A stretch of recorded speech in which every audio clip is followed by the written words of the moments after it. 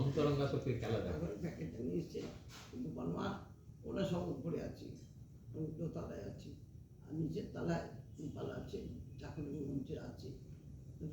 আমি যাওয়ার উপরে যাওয়ার সময় এখনটা গোপালের কাছে দিয়েছি, দিয়ে বলছে, জানিস গোপাল, আমি যদি এখন তোকে মুখে খাইয়ে দিই তোর মা আমাকে বকবে, তুই যেন খেয়ে নিবি। আমি এখানে ভক্তি করে বলছি, আমি এখানে নিয়ে গেলাম, তুই এবার যা করবি করবি। আর আমি যদি খাইয়ে দিই তোর মা আমাকে ওপরে গিয়ে গোপাল মা বারণ করেছে, তুমি হাতে ওর হাতে এটা করবে না, হাতে দেবে না। ওরা বলে দিয়েছে, ওপরে চলে গেছে, জামা কাপড় ছেড়েছে। কারণ যথারীতি নিচে এসে পাটা ধুতে গিয়ে দেখছে গোপাল মাখন খেয়ে মুখ সব একদম মাখনের বাক্স বন্ধ।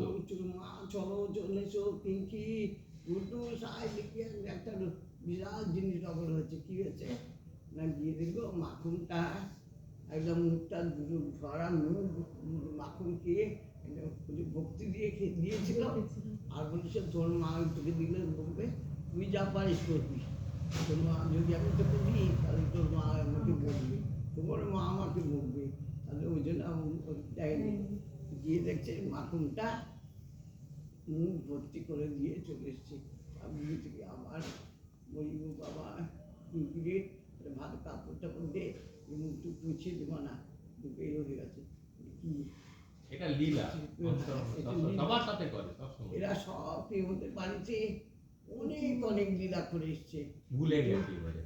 আবার ভুলে করে দিবে, মানে বলিনি কিন্তু বলে আছে। জীবন্ত তো ভুলে যাবে, মানে তো জীবন্ত কথা, কি করে ভুলবে, বলিনি কিন্তু ওটাকে উচ্চ করে দিয়েছে। মানে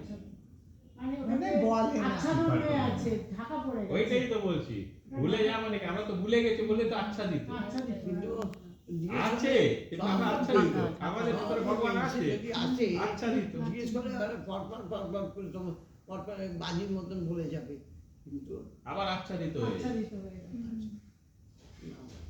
হরে কৃষ্ণ।